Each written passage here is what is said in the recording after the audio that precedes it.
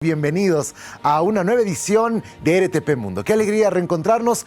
Nos encanta estar aquí junto a ustedes y contarles lo que ha sucedido en el mundo. Y bueno, un episodio más que nos va a llevar con las noticias internacionales. Bienvenidos. Bueno, obviamente quiero recordarles a que puedan ver escuchar en realidad el podcast de RTP Mundo, en el que ustedes van a poder escuchar las entrevistas más importantes de este programa y claro, van a poder refrescar un poquito lo que han dicho los analistas que siempre traemos acá para que les puedan aclarar los temas internacionales. Así que bueno, bienvenidos. Vamos a tener un programa muy importante, pues tenemos que hablar del presupuesto de carbono. Nos vamos a referir a esta situación, pues nuestro planeta y cada uno de los países que lo integran tienen una especie de presupuesto de carbono. Esto quiere decir la cantidad de carbono que podemos emitir a la atmósfera durante cada año para poder evitar una catástrofe mundial y mantenernos justamente por debajo de 1.5 grados centígrados. Así que tenemos que estar analizando ese tema. Y por otro lado, vamos a hablar del tema económico y vamos a hablar de Venezuela específicamente. Recordarán ustedes que Venezuela se encontraba en una crisis económica sin precedentes desde el año 2014, en el que tuvo una hiperinflación que llegó hasta el 800%. Así es, los alimentos un día valían un precio y al día siguiente valían muchísimo dinero más.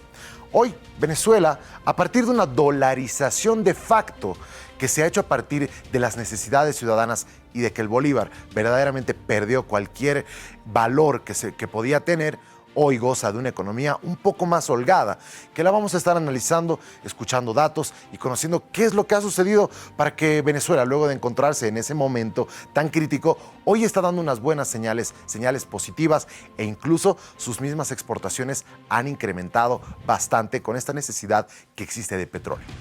Bien. Vamos a estarle contando todos estos temas, pero primero, nuestro resumen de las noticias más importantes de la semana.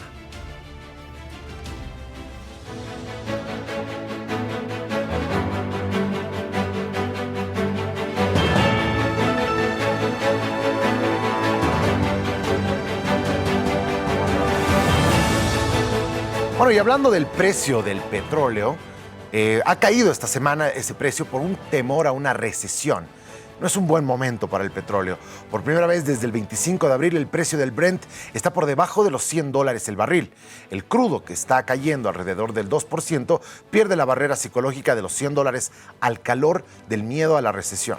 Otro de los factores que han ayudado en esta bajada de la materia prima es la guerra de precios entre Rusia, que tras las sanciones por parte del bloque occidental ha rebajado el precio de su petróleo en el mercado, y Arabia Saudí, que vista a la ofensiva de precios rusa, ha decidido optar por la misma estrategia y hacer rebajas a los compradores. En uno de los contextos económicos más volátiles de los últimos tiempos, producidos por una pospandemia, la guerra en Ucrania y una elevada tasa de inflación, es complicado saber cuál es la tendencia que se trasladará al mercado del Brent, pero las previsiones no son nada reconfortantes. Hablamos de Chile, pues esta semana ha arrancado la campaña para el plebiscito para la nueva Constitución. Chile se debate entre quienes anhelan cambios sociales y quienes desconfían de la propuesta constitucional. Las encuestas dan una mayoría al rechazo al nuevo texto que sustituirá a la vigente constitución de la dictadura de Augusto Pinochet. El presidente de Chile, Gabriel Boric, recibió el lunes el proyecto de la nueva constitución, redactado en un año en medio de polémicas y una crisis social que define a Chile como el Estado social y democrático de derecho. Reconoce la plurinacionalidad de los pueblos indígenas y prohíbe discriminar por nacionalidad. Asimismo, la salud pública universal y de calidad, la educación gratuita, pensiones dignas o cuidado del agua y medio ambiente son algunas de las prioridades plasmadas en el nuevo texto. Quedan 2 meses hasta el 4 de septiembre y será un plebiscito de voto obligatorio en el que la ciudadanía optará por aprobar el texto o rechazarlo. Hasta el momento se sabe que el 40% de los chilenos aprueba la Constitución. Las cosas podrían cambiar en un par de meses. Siguiente tema, y esta semana que se celebraba el 4 de julio, el Día de la Independencia de los Estados Unidos, ¿qué creen? Un tiroteo. En el desfile del 4 de julio. Robert Crimo, de 21 años, ha sido acusado de 7 asesinatos en primer grado cometidos durante el desfile del 4 de julio, el Día de la Independencia de Estados Unidos. El incidente tuvo lugar en Highland Park, un suburbio de Chicago, tan solo 10 minutos después de que comenzara el desfile. El pistolero abrió fuego desde una azotea en un punto de la ruta del desfile en el que muchos residentes habían establecido puntos de observación privilegiados a primera hora del día. Decenas de balas hicieron que la gente corriera para salvarse, dejando un rastro de objetos abandonados y personas heridas. Por su parte, el presidente estadounidense Joe Biden ha asegurado sentirse conmocionado ante un nuevo tiroteo masivo sin sentido en Estados Unidos y ha prometido seguir luchando contra la epidemia de la violencia de armas de fuego en el país. Si es declarado culpable, Crimo se enfrentará a la cadena perpetua obligatoria sin libertad condicional y es acusado por 7 delitos. Siguiente tema, y tenemos que hablar más malas noticias en términos económicos, pues el euro ha caído a su valor más bajo frente al dólar desde el año 2002. El euro cayó este martes a su nivel más bajo frente al dólar desde el pasado 2002, a raíz de los datos económicos que apuntan a un creciente riesgo de recesión en la eurozona. La moneda única europea cedió cerca de 1% y se cotizó a 1.03 dólares por euro, su nivel más bajo desde finales del 2002. La incertidumbre de la guerra de Ucrania y los problemas con el suministro de gas ruso que han engendrado pesan fuertemente sobre la divisa europea. El dólar se ve impulsado además por una política monetaria más agresiva por parte de la Reserva Federal de los Estados Unidos. De este modo, el euro se acerca a la paridad con el dólar por primera vez desde su creación en 1999. Crecientes temores a una recesión hacen caer al euro, mientras que el dólar sube por la apuesta de la Fed, que la Fed mantendrá por la subida de sus tasas de manera agresiva para frenar la inflación. Fue lo que declaró a la agencia AFP la experta Fiona Cincotta. Hablamos de más malas noticias, pues el hambre se agrava en el mundo, ha sido la advertencia que ha lanzado la Organización de Naciones Unidas. En 2021 padecían hambre entre 702 y 828 millones de personas, es decir, alrededor del 9,8% de la población mundial. Fue lo que indicó en un informe conjunto la FAO, que es el Fondo Internacional para el Desarrollo de la Agricultura, junto con UNICEF, el Programa Mundial de Alimentos y la Organización Mundial de la Salud. Esta cifra, que implica que hubo 46 millones de personas más con hambre respecto a 2020, cuando la situación ya se había degradado debido a la pandemia de COVID-19, la organización apunta que 670 millones de personas seguirán sufriendo de hambre al final de esta década, una cifra similar a la de 2015, cuando la comunidad internacional se fijó el objetivo de erradicación. Según el informe del total de personas con hambre en 2021, un 7,4% vive en América Latina y el Caribe. Y es precisamente el Caribe, dentro de la región, donde se presenta la mayor proporción de población que pasa hambre, un poco más del 16%, que es el doble en América Central y del Sur. Bueno, y vamos a hablar de un terremoto político en el Reino Unido, pues ha dimitido esta semana también el primer ministro Boris Johnson como el líder conservador de su partido. Boris Johnson lo anunció este jueves, que dimitía al cargo y que ha puesto en marcha el proceso para ser sustituido como líder del Partido Conservador Británico y por tanto como primer ministro del Reino Unido. Declaró que se siente inmensamente orgulloso por los logros de su gobierno, como el Brexit, la crisis de la pandemia y hacer frente a la agresión rusa en Ucrania. La imagen de Boris Johnson ya llevaba manchada desde polémicas de fiestas que se saltaron las reglas sanitarias durante la pandemia y el confinamiento, pero ha sido la reciente acusación de acoso sexual lo que ha provocado el aluvión de renuncias ministeriales en su gobierno en las últimas 48 horas antes de que él dimita. Han dimitido 5 ministros de su gobierno, entre ellos el de Economía, el de Sanidad y 39 cargos ministeriales. Con la salida de Johnson, se inicia un proceso interno en el Partido Conservador para elegir al nuevo líder, que se convertirá en primer ministro una vez que sea recibido por la reina Isabel II.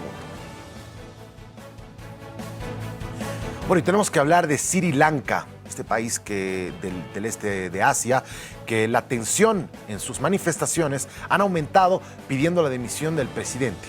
cientos de manifestantes se han entrado el sábado en la residencia oficial del presidente de Sri Lanka, Gotabaya Rajapaksa.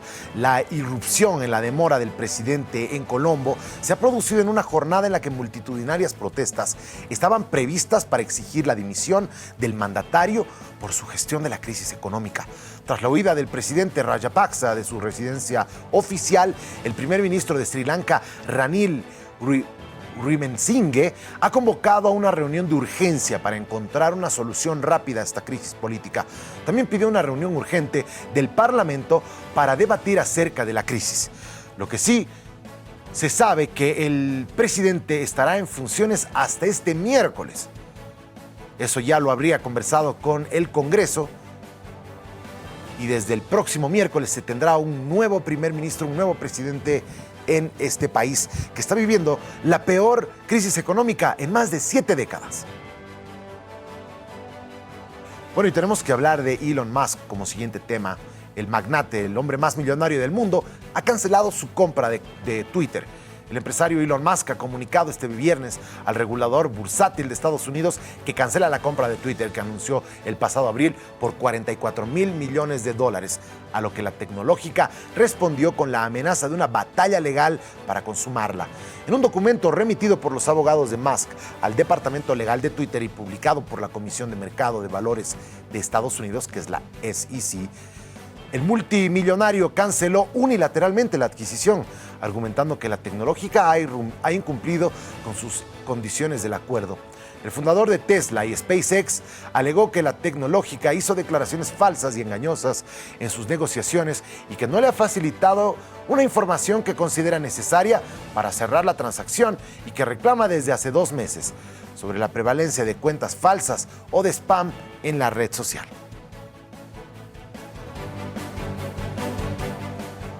Bueno, y tenemos que ir con la orden ejecutiva que ha sido firmada por parte del presidente de los Estados Unidos, Joe Biden, para defender el derecho al aborto y las libertades. El presidente de Estados Unidos firmó este viernes una orden ejecutiva para reforzar las medidas que protegen el acceso al aborto y a los anticonceptivos en el país, luego de que la Corte Suprema retirara las protecciones constitucionales existentes y otorgara a los estados autonomía frente al tema.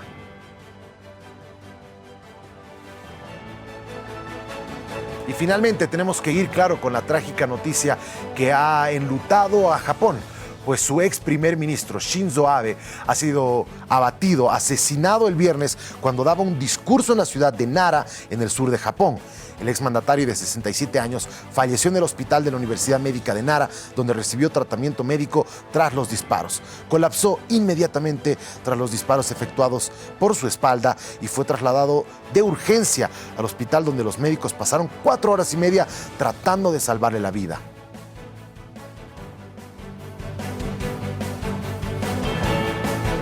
Bien, ahí está nuestro resumen internacional, las noticias más importantes de esta semana. Habían muchas más, pero no alcanzaba el tiempo para los otros temas importantes que vamos a compartir con ustedes. Luego de la pausa, ya volvemos.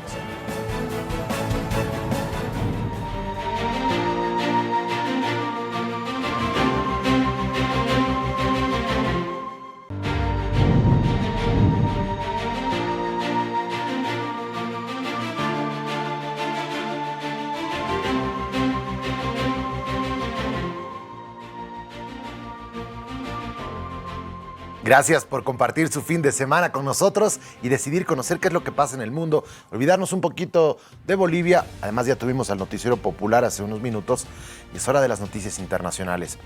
Para ello, vamos a hablar del tema que les había planteado en relación a que la economía venezolana parece estarse recuperando. Y eso está generando que varios migrantes retornen a su país luego de que hay mejores condiciones de trabajo y luego de pasarla tan mal en todos los países donde han migrado más de 6 millones de venezolanos. Vamos a hablar del tema con Andrés Guzmán. Él es analista en temas internacionales y te saludamos atentamente, querido Andrés. Gracias por estar con nosotros. Muchas gracias, Jorge Luis. Un gusto estar nuevamente en RTP Mundo. Fantástico. A ver, tenemos que hablar de la situación de Venezuela porque ha sido seguramente la hiperinflación más alta de la historia. En el año 2018, Venezuela alcanzó una hiperinflación de 65.374%. Increíble, es una cifra que ha superado todos los récords de la historia. La última que se conocía más importante me parece que fue en Hungría con 41.000% de inflación. Pero miren ustedes que después del 2019 la inflación de Venezuela cae a 19.906% de inflación. Una hiperinflación igual altísima, pero que se logró, digamos, controlar. Los siguientes años la inflación cayó a 2.355, 1.588 y el 2022 se sitúa en 500%. Se cree que va a mantenerse en 500% hasta el año 2023. Es así como la crisis económica que ha afectado desde 2013 a este país y que ha obligado a más de 6 millones de venezolanos a abandonarlo, ha tocado fondo, al parecer, según han declarado algunos expertos. De hecho, hace meses la economía venezolana muestra algunos signos de recuperación. En marzo, el país sudamericano tuvo una tasa de inflación mensual de 1,4%, la más baja registrada desde septiembre de 2012, y en abril subió hasta 4,4%, aún muy por debajo del 24,6% que había registrado en abril del 2021. Por otro lado, la producción de petróleo, principal fuente de riqueza para el Estado, empezó a incrementar a finales del año pasado, después de tocar fondo en noviembre, cuando cayó a 434,000 barriles al día. La Comisión Económica para América Latina, CEPAL, ubica este año a Venezuela como uno de los países que más crecerá en la región, con un estimado de 5% del Producto Interno Bruto, mientras que el Fondo Monetario Internacional apunta a un más modesto, 1,5%. Pero igual, luego de una contracción, una recesión económica que todos hemos visto, hemos vivido y hemos podido ver a esos niños sufriendo de hambre y a esa cantidad de personas que se atestaban para poder salir desesperadas de su país a buscar cualquier oportunidad en otros países. Entonces, hemos preparado unos cuadros también para tratar para seguir retratando el tema. La nación sudamericana alcanzó el pico de su éxodo en 2018, registrando una tasa de migración neta. Los que salen menos son los que regresan, de alrededor de 1.850.000 personas, según datos de Data Analysis. En el año 2021, el saldo migratorio fue de 180.000 personas, aún negativo, pero apenas el 10% de lo que fue en 2018.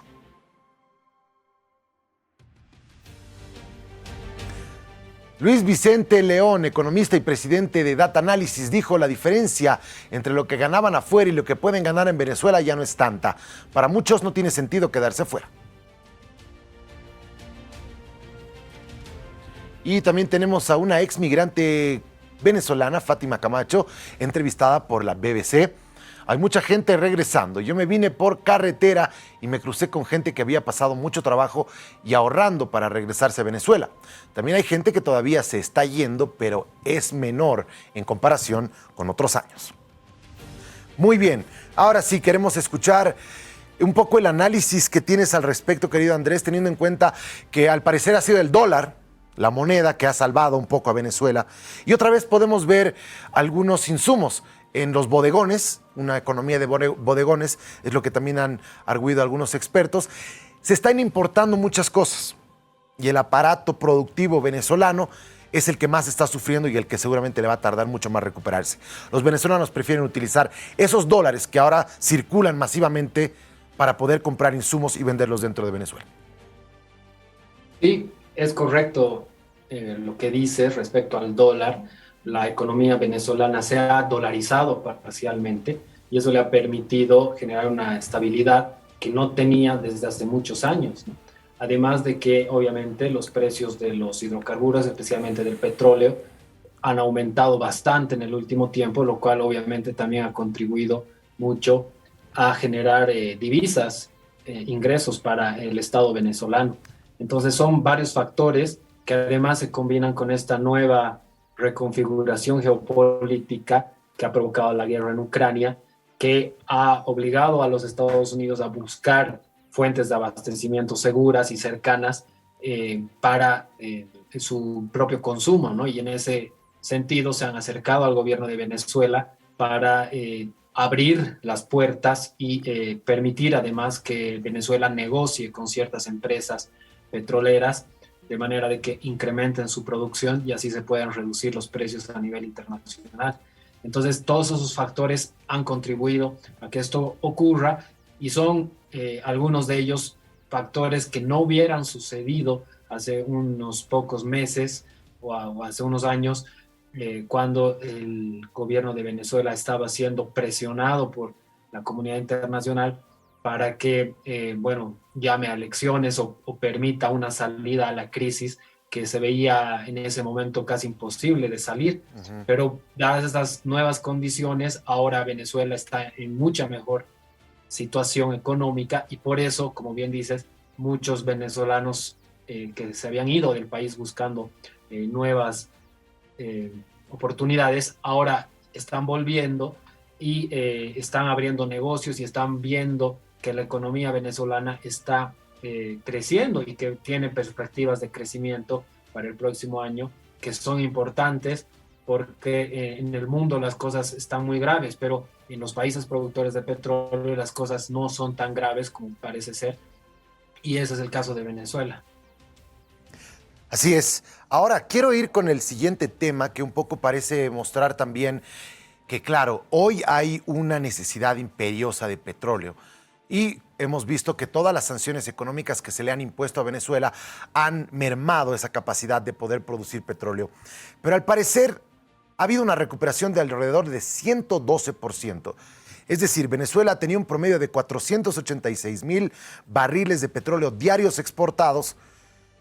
Perdón, tenía en realidad 229,000 barriles exportados por día y subió a la cifra que di anteriormente. Esto quiere decir que no le está yendo nada mal en relación al petróleo y parece que las sanciones se están levantando poco a poco. Y hubo una reunión justamente hace unos 3 meses, cuando justamente empezó toda la guerra en Ucrania, de un acercamiento por parte de Estados Unidos. La necesidad de Europa de buscar otros mercados para suplir su necesidad de petróleo y gas pueden hacer que se levanten las sanciones a Venezuela y esto permitirle gozar de importantes cantidades de dinero a partir de la exportación de petróleo, que fue su principal ingreso y parte de la fortuna que tenían antes de la llegada de Maduro. Claro, está ocurriendo. Ya de hecho han levantado ciertas restricciones para que Venezuela pueda negociar con Chevron, por ejemplo, que es una empresa petrolera francesa, y pueda exportar más barriles de petróleo. Entonces ya las sanciones se están relajando, se están reduciendo y eso obviamente está permitiendo y los resultados son inmediatos, ¿no? Y eso se debe a que efectivamente, como decías, ¿no? Venezuela depende casi totalmente de sus exportaciones de petróleo, es la única fuente de ingreso legal que tiene actualmente Venezuela y así ha sido durante mucho tiempo. Casi 98% de sus exportaciones representan el petróleo. Entonces, ante la nueva situación, los precios altos del petróleo en el mercado internacional, esto obviamente está repercutiendo de manera muy positiva en la economía de Venezuela, es lo que decíamos, y sumado a eso, las medidas liberalizadoras que ha tomado el gobierno, ¿no?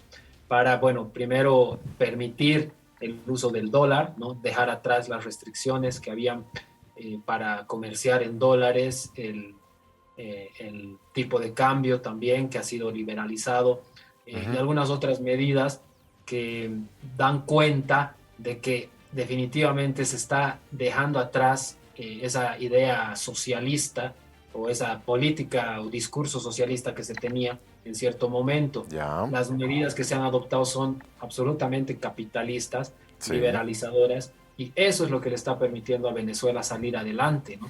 Entonces llega a ser paradójico que el país que en cierta forma lideró la tendencia del socialismo en el siglo XXI, ahora está adoptando medidas liberalizadoras y totalmente capitalistas para salir de esta crisis, ¿no? Así es. Ahora, quiero lo siguiente, un poco el análisis político y geopolítico. ¿Por qué? En lo político me interesa mucho lo que dices, ¿no? Parece que Venezuela se ha dado cuenta que necesita liberar algunas cosas, liberalizar, para poder generar mejores réditos económicos. Eso es muy parecido a lo que hace China, ¿no? Pareciera que ese es el modelo que quieren copiar, el modelo cubano, un modelo político unipartidista en el que, en lo político digo, ¿no? En el que solamente un partido tiene la potestad y es el que gobierna el país.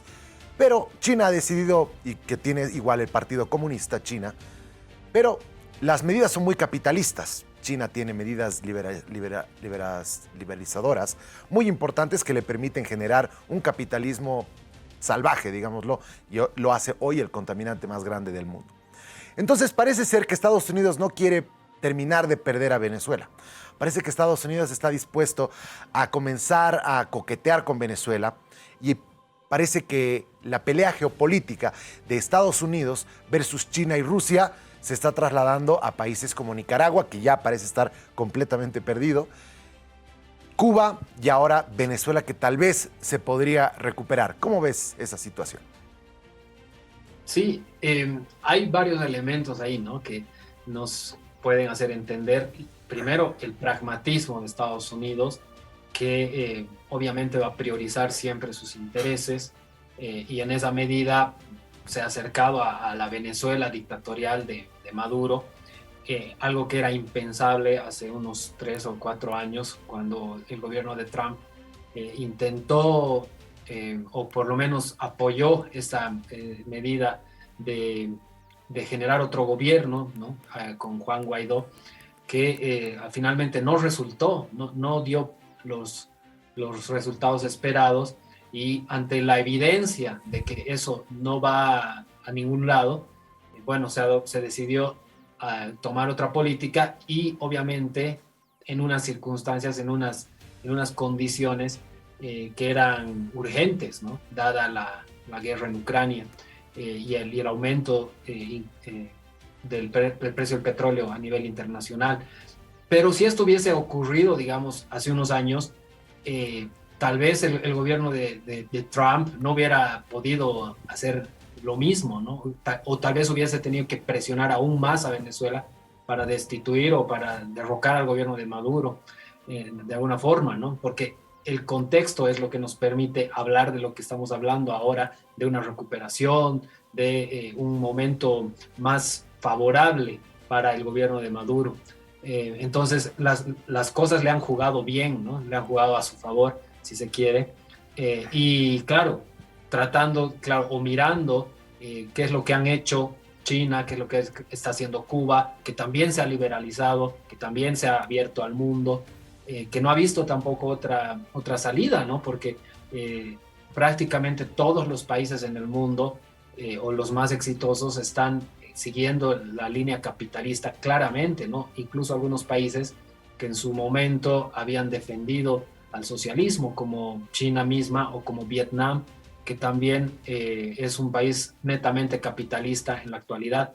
Entonces, es también interesante cómo el contexto nos muestra todos estos movimientos, porque ya no estamos en la Guerra Fría, en la que habían dos polos claramente definidos que se dividían justamente en esta concepción ideológica, ¿no? Del manejo económico, por un lado el capitalismo y por el otro lado el socialismo, como un paso hacia el comunismo, ¿no? Ahora ya no hay eso, ahora todos son capitalistas, ahora no hay discusión, no hay en el mundo alguien que pueda realmente decir o sacar la cara por otro sistema que no sea el capitalismo.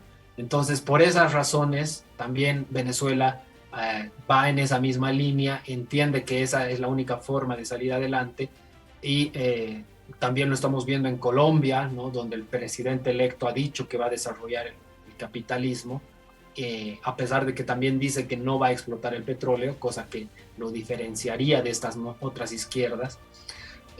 Pero hay todo un contexto, ¿no? Y una tendencia que nos marca claramente que el orden internacional está regido por el capitalismo en el tema económico.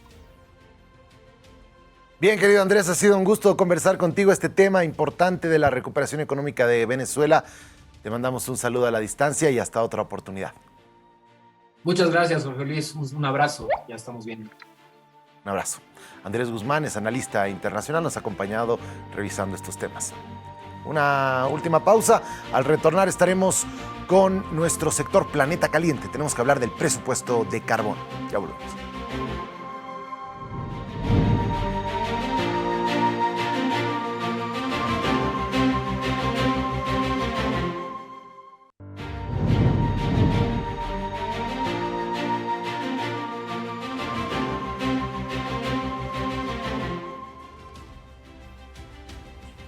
Muchísimas gracias por seguir con nosotros. Esto es RTP Mundo, el único programa de noticias internacionales en Bolivia que se dedica, especializa y analiza los temas del mundo.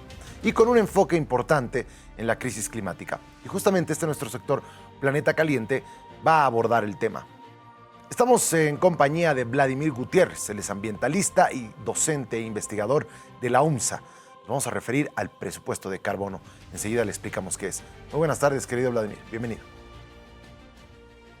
Querido Jorge Luis, muchas gracias por la invitación nuevamente. Siempre es un gusto estar en tu programa para atender este tipo de temas sobre medio ambiente y en especial este tema tan interesante como es el presupuesto de carbono, que tal vez no muchos lo conocen, pero es interesante que lo analicemos ahora, ¿no?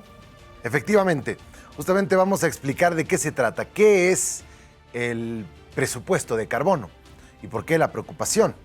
Pues el 2015 los países firmaron un primer acuerdo vinculante mundial sobre el clima, que se conoce como el Acuerdo de París, donde se comprometieron a limitar el aumento de temperatura muy por debajo de los 2 grados centígrados. Y en 2018 el Panel Intergubernamental de Cambio Climático publicó un reporte especial en donde advierte acerca de los riesgos de aumentar la temperatura por encima de 1.5 grados centígrados.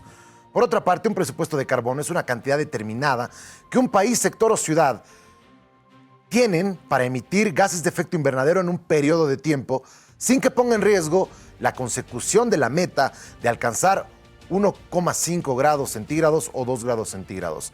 Por medio de metodologías basadas en la ciencia del cambio climático que vinculan las metas del límite de temperatura global con variables económicas y sociales, los científicos estiman cuál debería ser nuestro máximo de emisiones de gases de efecto invernadero para poder hacer frente a la crisis climática. La diferencia del presupuesto de carbono con la estimación de metas de mitigación que se establecen con línea base es que las metas se vinculan efectivamente con el aumento de la temperatura de la Tierra y permiten establecer medidas específicas por sector para mitigar emisiones con objetivos de tiempos claros y concretos. Hemos preparado unos cuadros para ustedes en los que nos muestran alguna información interesante adicional del presupuesto de carbono del planeta. Para limitar el calentamiento global, los expertos fijan el límite de emisiones en 1000 gigatoneladas. Emisiones totales, 1000 gigatoneladas, presupuesto de carbono del año 2030, 2025, 2011. Se han emitido ya 515 gigatoneladas. Se prevé que hasta el año 2030 se prevé que se puedan emitir 662,000 hasta 2025 y 719, gigatoneladas. Vamos con el siguiente cuadro y aquí nos muestra quiénes son los principales emisores de dióxido de carbono en millones de toneladas anuales.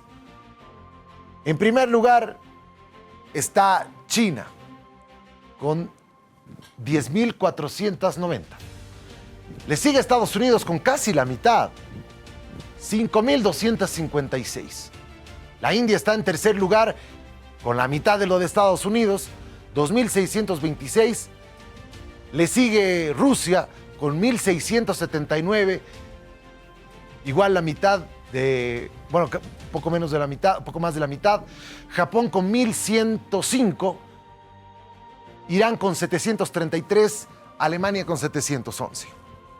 Obviamente, las escalas van reduciendo a medida de las economías del mundo. Pero miren ustedes, el G8, del cual Alemania es parte, es uno de los emisores que menos emite junto con todos estos países. Pero 711 versus 10,000 millones de toneladas que emite China o 5,200 millones que emite Estados Unidos, Es lamentable.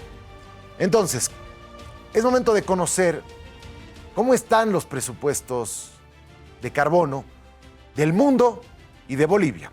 Adelante, Vladimir. Ok, bueno, bajo ese contexto vamos a explicar lo siguiente. Para que se entienda un poquito mejor qué es presupuesto de carbono. Es una cantidad permitida que tienen los países de generar gases de efecto invernadero. No nos olvidemos que los países bajo un acuerdo se han propuesto que evitar que se incremente, tenemos la meta, ¿no? De no permitir que la temperatura del planeta sobrepase el 1.5 grados o hasta 2 grados centígrados. Lastimosamente, bueno, ya lo hemos hablado en muchas ocasiones, los países están haciendo caso omiso más allá del compromiso que ellos mismos han asumido, ¿no? Entonces, este presupuesto, al que le llaman este presupuesto de carbono, se está gastando, si vale el término. Hasta el momento, más o menos, se ha cubierto unas 580 gigatoneladas de CO2 ya a nivel mundial. Ahora, para poder evitar que se cubra o que se gaste, valga el término, más de las mil toneladas o gigatoneladas, perdón, de CO2 que se ha establecido como un límite, tendría que dejarse de usar aproximadamente un 33% de las reservas de petróleo que tenemos en el mundo, o además un 50% de las reservas de gas natural también que tenemos, y un 82% aproximadamente de las reservas de carbón. ¿Qué significa esto? Que bajo nuestra lógica de generación de energía, siempre con el uso del carbono y en base al ritmo que nosotros estamos teniendo, no vamos a poder evitar cubrir el presupuesto de carbono que ya se habría definido de los 1.000 gigatoneladas de CO2 hasta el 2050. Entonces, lógicamente, los países, por eso yo decía, más allá de que se han comprometido, lastimosamente no están cumpliendo ese compromiso. Los países no van a dejar o no vamos a dejar de utilizar las reservas de petróleo, las reservas de gas natural y las reservas de carbono en función a lo que se necesitaría dejar de utilizar para poder llegar a un equilibrio en función a este presupuesto, perdón, de carbono. Entonces, es un problema que tiene un límite definido ya respecto a que va a ser irreversible el daño que nosotros estamos haciendo en función a la generación de gases de efecto invernadero. Y en el caso de Bolivia, Bolivia está entre los 100 países del mundo que más genera gases de efecto invernadero. Entonces, vamos a analizar a Bolivia también. Ah, caramba. No es un puesto muy... O sea, estamos en varios otros rankings, nos encontramos siempre en los últimos lugares, ¿no? Pero entre los primeros 100 países en emitir gases de efecto invernadero, ¿a costa de qué? ¿De la quema de bosque? ¿A qué?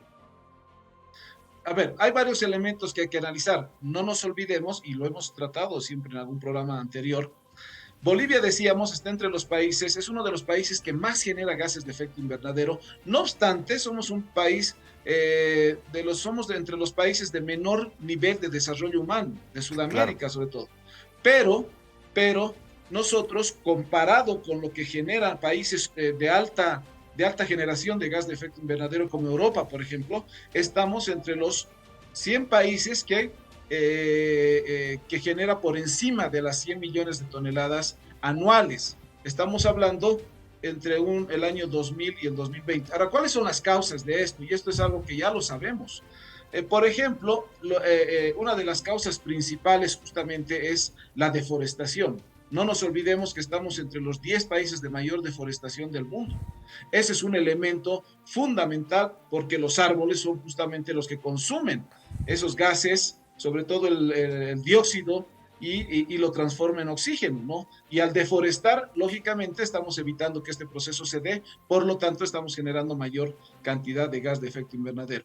El otro tema es el cambio o el uso de la tierra, que genera erosión en los suelos también, donde además se combinan otros elementos como la expansión de la frontera agrícola, que quieras o no, tiene también mucho que ver con lo que estamos hablando.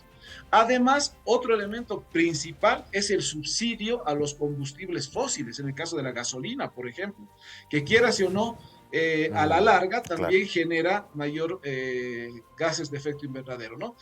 Hay la falta del control ambiental, está el incremento del parque automotor, las sequías, todos estos problemas por los que nosotros estamos atravesando y cada año es peor, están generando justamente la emisión de mayor cantidad de gases de efecto invernadero. Entonces, por eso estamos entre los países que más contamina. Además, no nos olvidemos de proyectos como, por ejemplo, la venta de carne vacuna a China. Ese proyecto es uno de los proyectos que más genera gases de efecto invernadero por el incremento de la producción de ganado vacuno, por ejemplo, por la deforestación, por la erosión de los suelos, etcétera, etcétera, ¿no? Y yo tengo algunos datos que de alguna manera, que son comparativos, que de alguna manera nos van a ayudar a entender mejor lo que estamos diciendo. Adelante. Si me permites. Por ejemplo, las emisiones de CO2 hasta el año pasado han sido aproximadamente de 22 megatoneladas, lo que significa justamente y nos coloca a nosotros entre los países que más emisión de CO2, entre los 100 países de mayor emisión de CO2 del mundo. Ahora, si nos vamos al tema per cápita, por ejemplo, por persona, ¿cuánto estamos contaminando? Aproximadamente por persona tenemos una emisión que está por encima de las 2 toneladas por habitante, siendo que en Europa, por ejemplo, que están entre los países de mayor contaminación, se maneja un aproximado promedio de 5 toneladas por habitante, ¿no? De CO2, de emisión de CO2. Entonces nosotros estamos cerca, ¿no? Si se dan cuenta. Por ejemplo, en los últimos 10 años, la emisión per cápita de CO2 se ha ido incrementando en nuestro país en un promedio aproximado de 10% más o menos. Entonces, por eso decía, comparativamente estamos entre los países de mayor emisión per cápita en el mundo, casi comparado con los países de Europa, que sí son países que están reconocidos como los países que más contaminan. Okay. Entonces, estos números nos están preocupando, ¿no? Nos preocupa muchísimo porque además no hay alguna política que de alguna manera vaya a frenar los niveles de contaminación que tenemos en Bolivia, sobre todo. Así es. Bueno, finalmente, ¿cuánto nos queda hasta cuándo tenemos nuestro presupuesto al ritmo en el que estamos, tanto de Bolivia como del mundo? Mira, aquí hay una cosa, aquí habría que tomar en cuenta el ritmo acelerado en el que nosotros estamos generando estas emisiones, que lógicamente esto permite que se acorte el tiempo.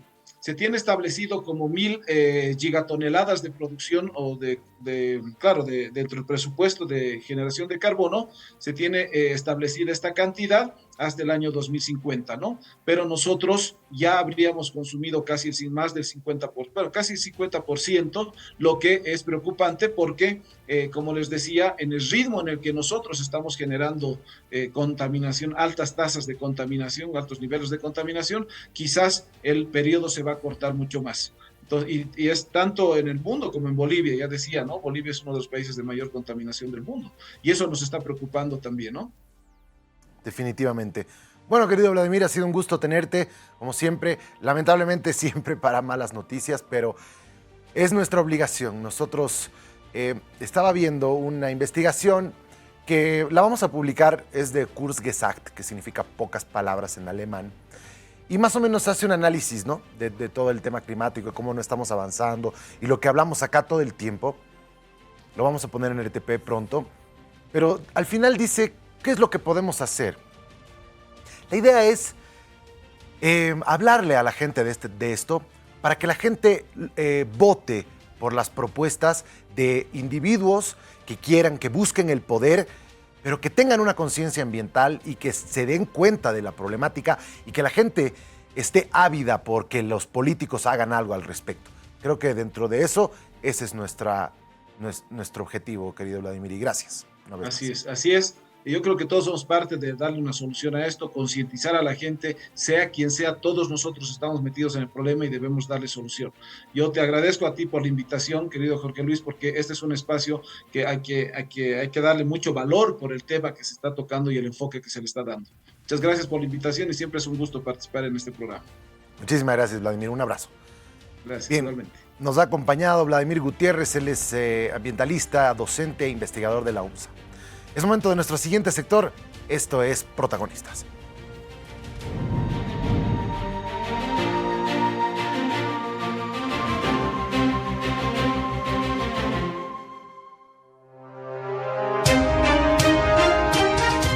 Bueno, y esta vez sí nos vamos a centrar un poco en Bolivia, porque Bolivia ha organizado un evento internacional sobre cambio climático denominado Informes de Evaluación de Cambio Climático, implicancias para la transición justa en América Latina.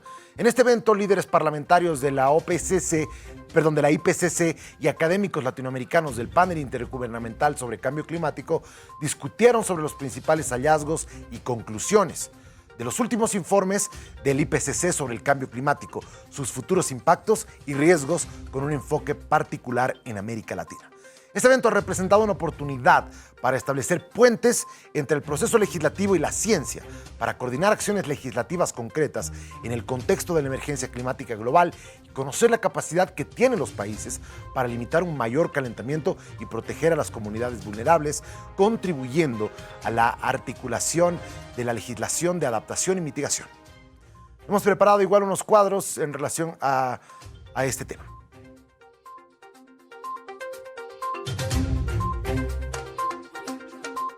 Muy bien, aquí tenemos a estos protagonistas que han hablado justamente. Aquí lo tenemos al doctor Marcelo Barreiro, él es de Uruguay. Los cambios recientes en el clima son generalizados, rápidos y cada vez más intensos, y no tienen precedentes en miles de años. Es indiscutible que las actividades humanas están causando el cambio climático.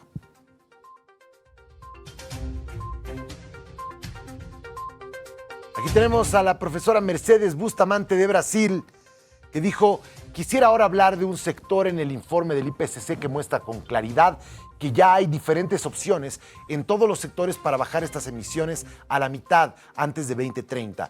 La industria, el sistema urbano y otros.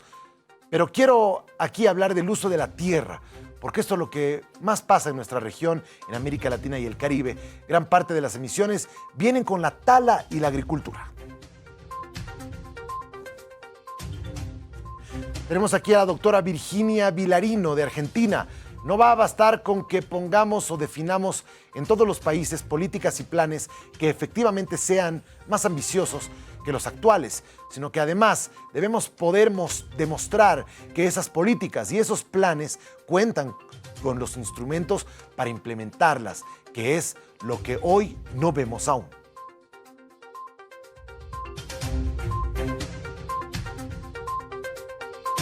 Bueno, y ahí está, sencillamente el tema del cambio climático, no solo RTP Mundo y RTP como tal, que su línea editorial está centrada justamente en generar conciencia sobre la crisis climática, sino que otros medios de comunicación, de hecho ya la prensa escrita internacional, periódicos como el New York Times, Washington Post, The Guardian, Bloomberg, entre otros, le dedican un segmento importante al clima. Es preocupante y usted tiene que saber, porque usted es el que vota.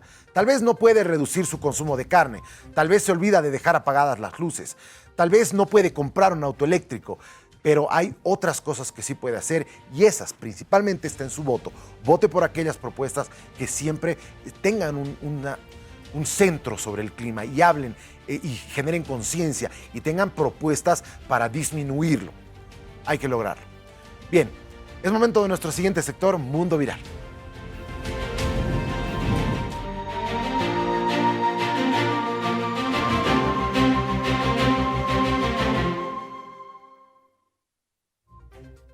Bueno, y como primer video que les queremos mostrar, igual centrado en el cambio climático, se trata acerca de generar combustible acerca de o con residuos agrícolas.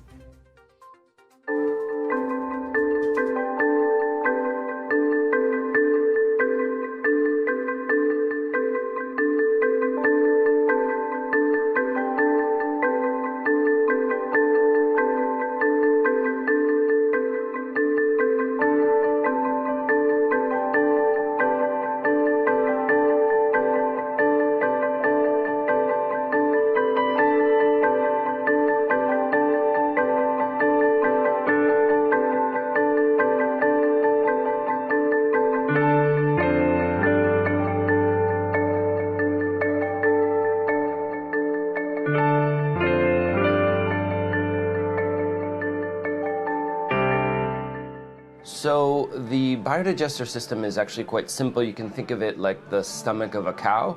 Raw material goes in. Inside, basically all the work is done by bacteria. The oldest form of life on Earth is a single-cell bacteria that actually evolved before there was free oxygen. So it lives in this environment, breaking down the organic waste, and its only byproduct is methane gas. And so that gas is what we capture, and in very, very simple... Este tipo de iniciativas son verdaderamente las que necesitamos para poder enfrentarnos a esto.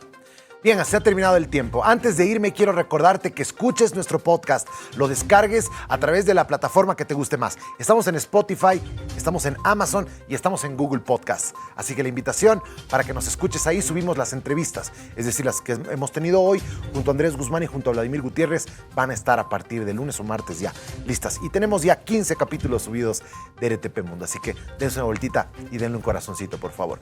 Bien, se nos ha acabado el tiempo, los dejamos con este último video de uno de mis artistas favoritos, Steve Katz, que les va a hacer reflexionar un poco acerca de no matarnos la vida trabajando. Chao, chao.